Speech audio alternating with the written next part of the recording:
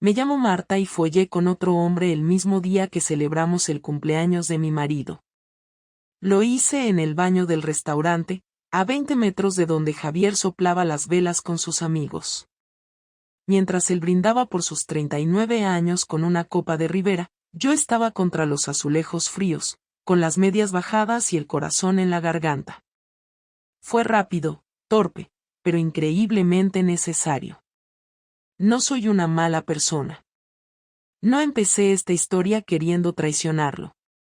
De hecho, si me hubieras preguntado hace un mes, habría dicho que Javier y yo éramos una pareja estable. Casi aburrida. Sin grandes dramas ni grandes pasiones. Una vida cómoda en Valencia, cenas los jueves con sus padres, sábados de Netflix y paseos por la playa de la Malvarrosa cuando no hacía demasiado viento. Pero entonces apareció Tomás. Y no fue amor. Fue otra cosa. Algo que no me atreví a nombrar al principio. Lo conocí en una reunión que no iba a ser para mí. Una sustitución de última hora por culpa de una gripe.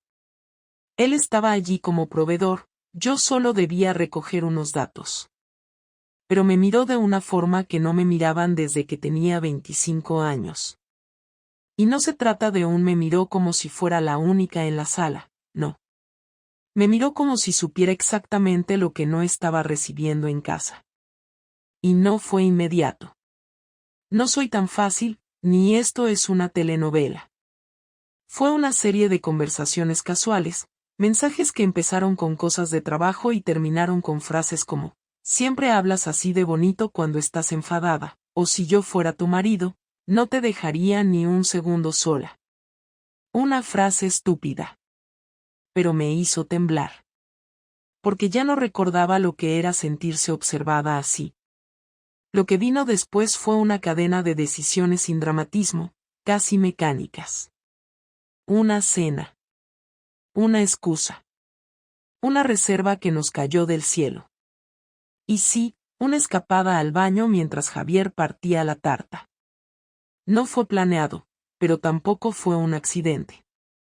Lo que no sabía entonces, mientras me recomponía frente al espejo, es que esa noche marcaría el inicio del fin. Porque mi marido, sin saber nada aún, notó el cambio desde el segundo en que volví a la mesa. Y lo que hizo después, bueno, eso no me lo esperaba. No fue el típico drama con lágrimas, gritos o portazos. Fue algo peor, la calma absoluta de alguien que ya lo sabía. Esa noche, después del restaurante, llegamos a casa sin hablar mucho. Javier estaba tranquilo, incluso de buen humor. Se quitó la americana, se sirvió un poco de whisky y se sentó en el sofá. Yo fui directa al baño, como si necesitara unos minutos para reacomodar la culpa. Pero lo que sentía no era exactamente culpa, era otra cosa. Tal vez miedo, tal vez incomodidad. Cuando salí, él me miraba desde el sofá, como si estuviera esperando algo. Me ofreció una copa. Yo la rechacé. Él sonrió, una sonrisa tranquila, casi burlona. ¿Te lo has pasado bien hoy?, preguntó, sin apartar la vista de mí. Sí, ha estado bien. Gracias por la cena, respondí, intentando sonar normal. ¿Te ha gustado el sitio? Es nuevo, lo abrió el hermano de Paula, la del trabajo. Sí, la comida estaba rica. El baño también parece estar bien cuidado. Me congelé. No había forma de ocultar el golpe que sentí en el estómago al oír esa frase. No lo dijo con rabia ni con sorna. Lo dijo con una naturalidad que me desarmó por completo. Lo miré sin decir nada. Él bebió un trago, apoyó la copa en el brazo del sofá y continuó. No te preocupes, no soy un detective. Pero tampoco soy tonto. No hacía falta mucho para atar cabos. Javi. No, déjalo. No quiero excusas ahora. No voy a gritarte ni a hacer una escena. Solo quiero entender hasta qué punto me tomas por idiota.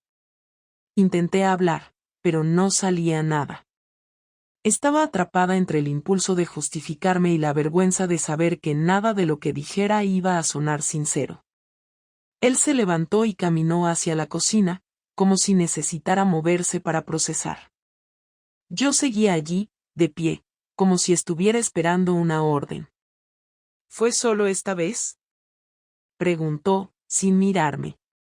No respondí al momento. El silencio era denso, incómodo. Sí, mentí, con voz baja. Él giró la cabeza lentamente. No mientas. Si vas a destrozar algo, al menos ten la decencia de hacerlo con algo de honestidad. Me senté. No sabía si tenía más miedo a decir la verdad o a seguir mintiendo.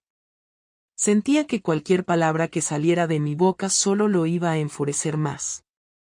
No sé por qué lo hice, murmuré. No es que esté enamorada ni nada. Solo pasó. ¿Solo pasó?, repitió, ahora sí con ironía. ¿Mientras me cantaban el cumpleaños feliz? Javier, no quería que fuera así. No lo planeé. Fue un error. Él soltó una carcajada corta. Claro, un error. Como cuando te confundes de tren. No me jodas, Marta. ¿Crees que no noté nada en las últimas semanas? Cada vez que llegabas tarde del trabajo, cada vez que fingías estar agotada, cada vez que sonreías sola mientras mirabas el móvil. No tienes ni idea de lo patética que te volviste intentando disimular. Me sentí hundida. No tanto por lo que decía, sino por cómo lo decía. Ya no estaba dolido, estaba desencantado. Como si hubiera perdido algo que llevaba dentro y ya no valía la pena buscar. Javi, por favor. ¿Por favor qué? ¿Que te perdone? ¿Que lo olvidemos? ¿Que no me importe? Se acercó a mí, con los ojos rojos, pero sin lágrimas. ¿Te digo qué es lo peor de todo esto? Que no me sorprendió. Cuando lo confirmé, ni siquiera me dolió. Me dio asco, y después nada. Solo vacío. Intenté tocarle la mano, pero la retiró. No quiero que me expliques nada. No quiero saber si fue con Tomás, con Raúl o con el camarero del restaurante. Lo único que quiero es que entiendas que esto ya no tiene arreglo. Y no porque me acostumbre a vivir con una infiel, sino porque tú ya no eres la persona con la que me casé. Lo peor fue que yo tampoco sabía quién era ahora. Ni siquiera podía decir que me arrepentía, porque no estaba segura de que lo hiciera. Solo sentía el peso de haberlo jodido todo en cuestión de semanas. Él se alejó, entró en nuestro cuarto y cerró la puerta sin más palabras. Yo me quedé en el salón, con la copa intacta sobre la mesa, y la certeza de que a partir de esa noche nada sería igual. El descubrimiento no fue una escena de película. Fue una muerte silenciosa. La del respeto, la de la confianza, la de la mínima posibilidad de perdón. Y lo más jodido fue darme cuenta de que él ya había empezado a despedirse de mí mucho antes de saber la verdad. La mañana siguiente empezó con un silencio denso, uno que no se parecía al que teníamos antes cuando discutíamos y luego pasábamos horas sin hablarnos. Este era distinto, era el tipo de silencio que te avisa que estás viviendo los últimos días en un lugar que ya no te pertenece. Me levanté antes que Javier, no porque tuviera algo importante que hacer, sino porque no soportaba la idea de quedarme en la cama esperando que él se despertara y me mirara con la misma expresión que me lanzó la noche anterior. Me encerré en la cocina, me serví un café y me senté frente a la ventana, sin mirar nada en particular, con la taza entre las manos solo para no tenerlas vacías. Escuché la puerta del dormitorio abrirse, sus pasos arrastrándose por el pasillo, el sonido del baño, y luego otra vez el silencio. No entró a la cocina. No me saludó. No me preguntó si había dormido. Solo se escuchaba su cuerpo moviéndose por la casa como si ya no fuera la suya. Pasaron unos 15 minutos antes de que por fin se asomara. Tenía una expresión seria, pero no enfadada. Se apoyó en el marco de la puerta sin decir nada durante unos segundos. Luego, sin preámbulos, soltó la primera pregunta. ¿Fue solo sexo? Tragué saliva. Me tomé un segundo para decidir si tenía sentido mentir. No lo tenía. Sí. ¿Lo hiciste más de una vez? No. ¿Desde cuándo te gustaba? No lo sé. Supongo que desde hace unas semanas. Él asintió. No parecía enfadado, pero estaba tomando nota de cada palabra, como si las necesitara para terminar de cuadrar el rompecabezas. Se sentó frente a mí. Yo todavía tenía la taza en las manos, aunque ya no quedaba café. ¿Qué pensaste que iba a pasar después de hacerlo? Preguntó, más curioso que molesto. No lo pensé. En serio, fue algo estúpido. Sí, bastante estúpido. Me quedé callada. No sabía si seguir hablando, si quedarme en silencio, si pedir perdón o si simplemente levantarme y salir. Pero él no se movía, no parpadeaba. Quería respuestas. ¿Tú crees que yo soy aburrido, Marta? No es eso. ¿Entonces qué es? ¿Falta de atención? ¿Te sientes sola? ¿Querías probar algo nuevo? Porque si me lo hubieras dicho, quizás podríamos haber hecho algo al respecto. Pero no, preferiste joderlo todo con la opción más fácil. No fue fácil. Claro que lo fue. Decidir meterte en un baño con otro mientras yo celebraba mi cumpleaños no es una decisión difícil si ya habías desconectado de esta relación hace tiempo. No supe qué decir. Todo lo que intentaba pensar sonaba a excusa, autojustificación barata. ¿Quieres seguir con él? Preguntó de repente. No. Entonces, ¿por qué lo hiciste? No lo sé, Javi. Supongo que necesitaba sentirme deseada otra vez, ver si todavía era capaz de provocar algo en alguien. ¿Y yo, no contaba? ¿Yo no te deseaba? ¿Acaso no te miraba, no te tocaba, no te buscaba? Sí, pero era distinto. ¿Distinto cómo? No sé, contigo no sé cómo explicarlo.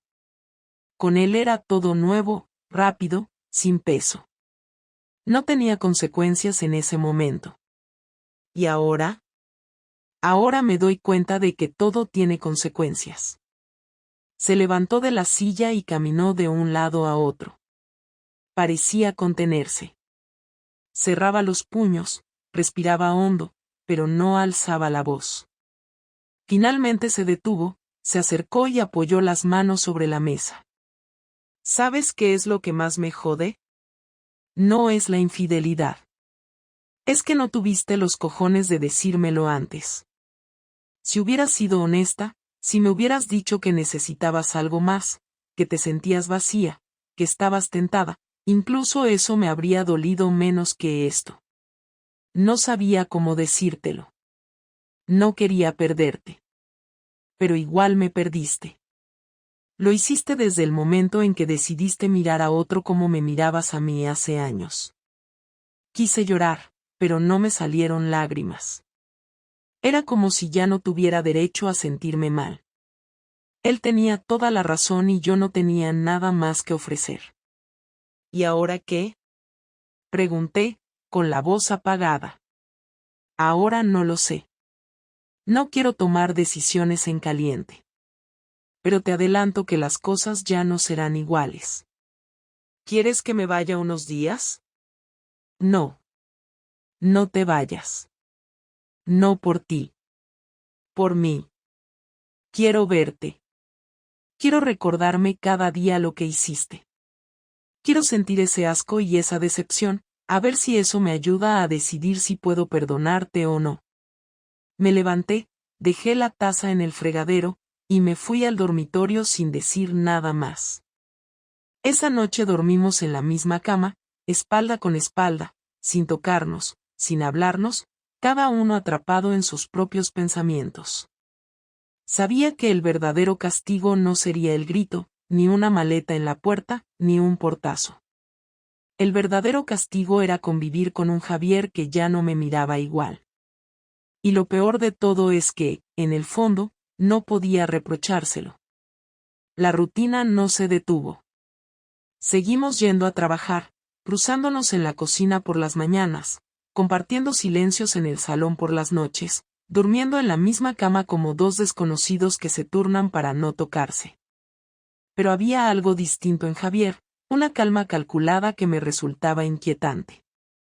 No me preguntaba nada, no hacía reproches, no me ignoraba del todo, pero tampoco mostraba ningún tipo de afecto. Solo me observaba, me estudiaba, como si estuviera esperando el momento exacto para hacer su jugada. Al tercer día, lo noté empezar a ordenar cosas que llevaba años sin tocar. Sacó carpetas viejas, revisó papeles, cambió contraseñas en su portátil, pidió la tarde libre del trabajo y desapareció sin decir a dónde iba. Esa noche volvió con una expresión neutra, cenó solo, y me saludó con un simple buenas antes de encerrarse en el despacho. No me dijo nada, pero yo sabía que algo estaba tramando. Lo confirmé cuando encontré su portátil encendido con una hoja de cálculo abierta. No me atreví a tocar nada, pero vi mi nombre en varios puntos de la pantalla, junto al de Tomás, con fechas, horas y ubicaciones. Había hecho un seguimiento. No solo me había descubierto por casualidad. Había estado investigando, recopilando información. Javier no era de los que actuaban por impulso. Era de los que planificaban, los que esperaban, los que devolvían el golpe cuando el otro ya creía que todo se había calmado. La venganza llegó una semana después, un viernes, justo cuando yo pensaba que estábamos empezando a convivir en una especie de tregua. Me escribió un mensaje al trabajo diciéndome que pasaría a recogerme para cenar. Me sorprendió, pero lo interpreté como un intento de reconciliación. Acepté sin pensarlo demasiado. A las 9 apareció frente al edificio. Estaba impecable, como hacía tiempo que no lo veía. Vestía camisa, chaqueta, y llevaba ese reloj que solo usaba en ocasiones importantes. Subí al coche con una mezcla de nervios y esperanza. Él sonrió, encendió el motor y me preguntó si me apetecía algo italiano. Dije que sí, que lo que él quisiera.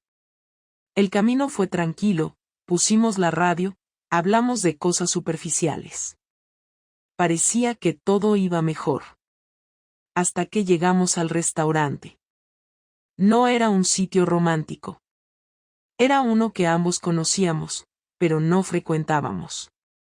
Al entrar, me llevó directamente a una mesa del fondo. Ya había 2 personas sentadas. Reconocí a una de inmediato, era Sonia, la jefa de recursos humanos de mi empresa. El otro era un hombre que no conocía. Javier me acercó la silla con cortesía, se sentó a mi lado y saludó como si estuviéramos en una reunión de negocios. Me costó entender qué estaba pasando hasta que comenzó a hablar. Bueno, Marta, quiero presentarte a Santiago, abogado de familia, dijo con un tono formal, casi frío. Y bueno, a Sonia ya la conoces. Resulta que hace unos días me llamó para comentarme algo curioso sobre el ambiente en tu oficina, y yo aproveché para consultarle algunos detalles. Yo no podía hablar. Me sentía completamente expuesta. Miré a Sonia, que no parecía cómoda, pero tampoco sorprendida. Javier continuó. He tomado la decisión de iniciar los trámites de divorcio. No quiero dramatismos. No voy a ponerme en plan víctima. Simplemente ya no tengo ningún interés en seguir compartiendo mi vida con alguien que me faltó el respeto de esa forma. Santiago tiene todo preparado para empezar con el procedimiento, y Sonia ya sabe que voy a pedir la modificación de nuestros acuerdos conyugales, sobre todo porque ella puede confirmar que tu relación con Tomás empezó antes de lo que me contaste. Intenté intervenir, decir algo, pero él levantó la mano. No, no me interrumpas. Este momento es mío. Lo has tenido tú cuando decidiste acostarte con otro sin decírmelo. Ahora me toca a mí decidir cómo termina esto. No podía creer lo que estaba pasando. No era solo la frialdad con la que lo decía, era la precisión, la manera en que había organizado todo para que yo no tuviera forma de reaccionar. Me dejó sentada allí, mientras hablaba con el abogado y Sonia como si fuera una junta directiva. Me limité a escuchar, a ver cómo él tomaba el control de todo. No gritaba, no me insultaba, no hacía escenas. Solo ejecutaba su plan con la eficacia de alguien que se había sentido humillado y no estaba dispuesto a irse con las manos vacías. Cuando terminaron, me entregó una carpeta con documentos. Léelos, consúltalos con quien quieras. No tengo prisa, pero quiero cerrar esto cuanto antes. Luego se levantó, pagó la cuenta sin dirigirme la palabra y se fue, dejándome sola en la mesa, con la carpeta sobre las piernas y la sensación de haber sido desmantelada en público sin que me tocara un solo pelo. Esa fue su venganza. No gritó. No me echó de casa. No me destrozó emocionalmente con insultos. Me atacó donde más dolía, en mi estabilidad, en mi reputación, en mi falsa sensación de control. Había tardado en reaccionar, pero cuando lo hizo, me dejó sin aire. Y lo peor fue saber que yo misma había abierto esa puerta. Durante los siguientes días, Javier apenas me dirigió la palabra. Se mantenía ocupado, salía temprano, llegaba tarde y evitaba cualquier tipo de contacto más allá de lo funcional. Yo me movía por la casa como una invitada no deseada, recogía mis cosas en silencio, revisaba los documentos del divorcio sin entender cómo habíamos llegado a ese punto con tanta rapidez. Por la noche, dormíamos en la misma cama, pero ya ni siquiera fingíamos que compartíamos un espacio emocional. Era como vivir con alguien que te ha eliminado del mapa, alguien que ya no te ve, que te ignora porque ha dejado de dolerle tu existencia. A cada hora que pasaba, me sentía menos parte de esa casa, menos persona. El miércoles por la noche, mientras doblaba la ropa en la habitación, escuché cómo abría la puerta del despacho y se acercaba. Me puse tensa. Hacía 4 días que no hablábamos más allá de frases secas sobre facturas o llaves. Javier entró sin avisar, se sentó en la silla del rincón y me miró durante unos segundos. No llevaba papeles en la mano. No había abogado ni testigos. Solo él y yo, por primera vez desde el día de la cena. Tenemos que hablar, dijo sin rodeos. Asentí, dejé la camisa que estaba doblando y me senté en el borde de la cama.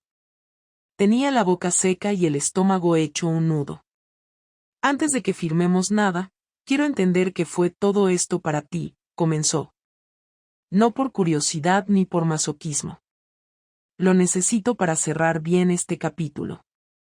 No sé si tengo una respuesta clara, contesté. No fue algo que busqué ni algo que quise que se saliera de control. Fue un error. Un impulso. ¿Un impulso?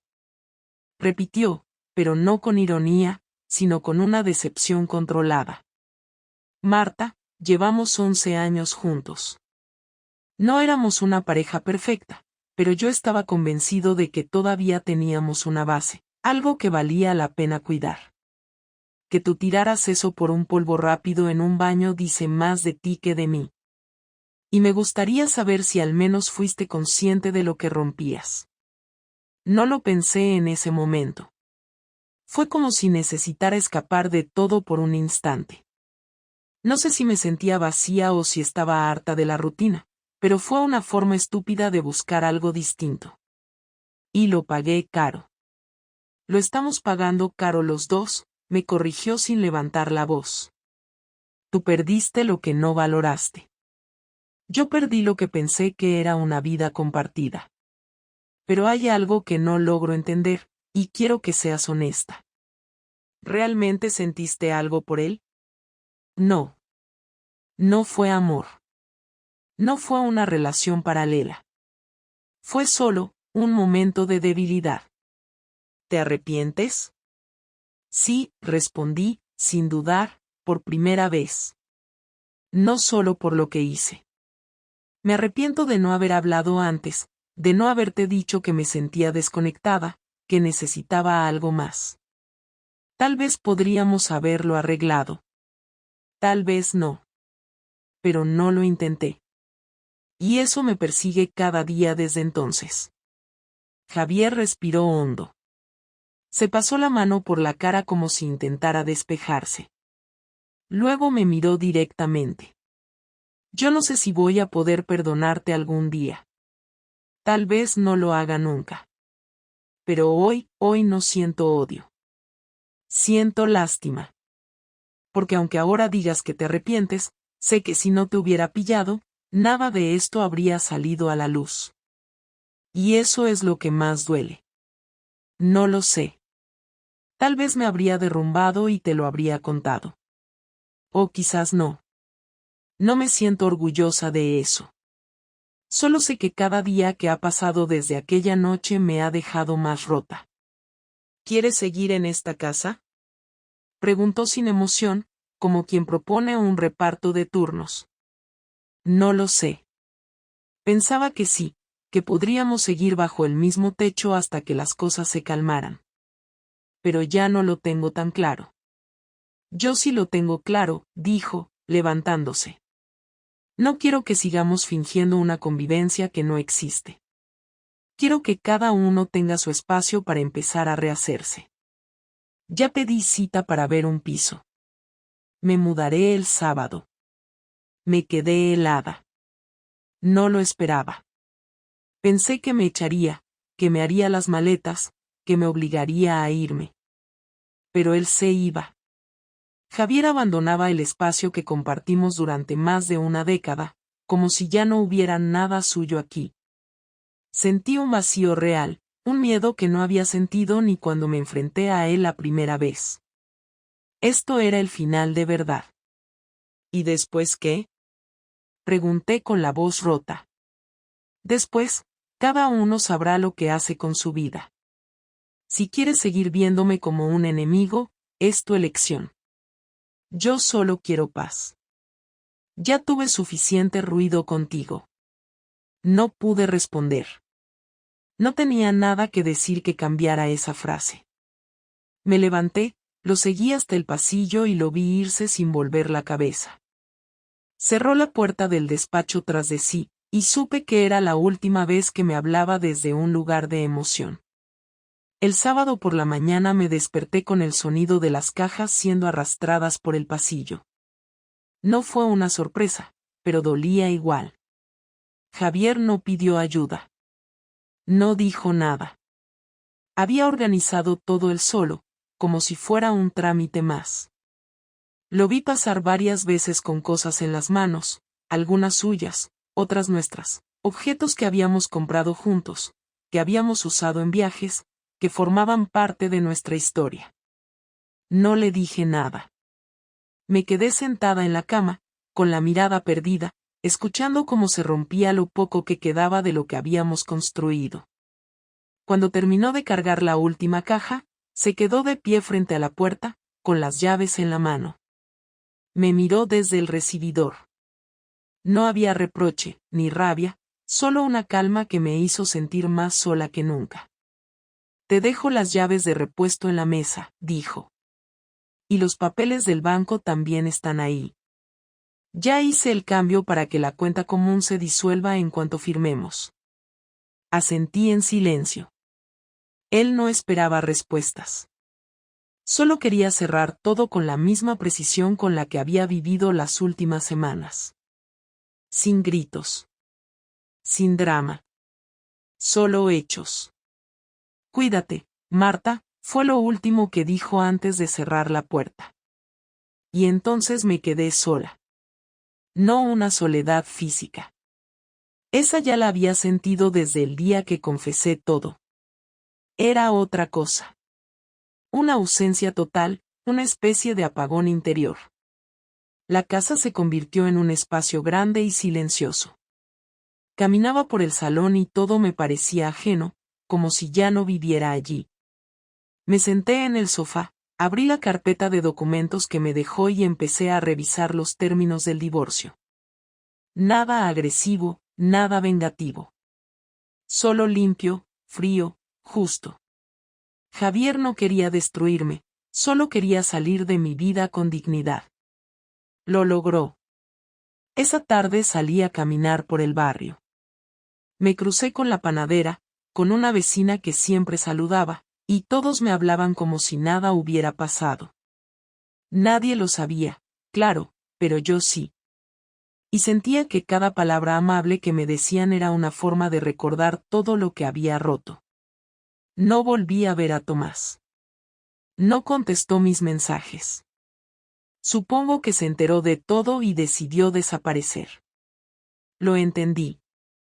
Yo también habría hecho lo mismo. Al final, ni siquiera quedaba el consuelo de esa aventura que provocó todo. Me quedé con el vacío, con la vergüenza, con la certeza de que lo que pasó no tuvo ningún valor. Durante los días siguientes, volví al trabajo, fingí normalidad, hablé lo justo, trabajé más de la cuenta. Evitaba conversaciones largas, evitaba a quienes sabían que Javier y yo éramos pareja. Me inventé excusas, hablé de tiempos difíciles, de decisiones personales, pero nunca dije la verdad. No porque quisiera proteger mi imagen, sino porque decirlo en voz alta era demasiado. Aceptar que había arruinado mi vida por una decisión estúpida era algo que solo podía procesar en silencio. Un día, Sonia me llamó a su despacho. Pensé que me diría algo sobre el escándalo, sobre lo que sabía, pero no. Solo quería preguntarme si estaba bien. Lo dijo de una forma sincera, sin segundas intenciones. Yo asentí.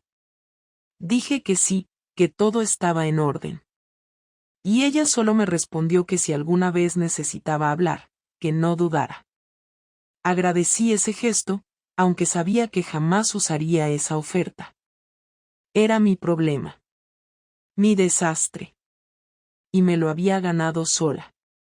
Los fines de semana los pasaba en casa, sin hacer nada. No salía, no recibía visitas. A veces hablaba con mi hermana, le decía que Javier y yo estábamos tomándonos un tiempo. Mentira tras mentira. Cada vez más aislada. Cada vez más clara la consecuencia de mis actos.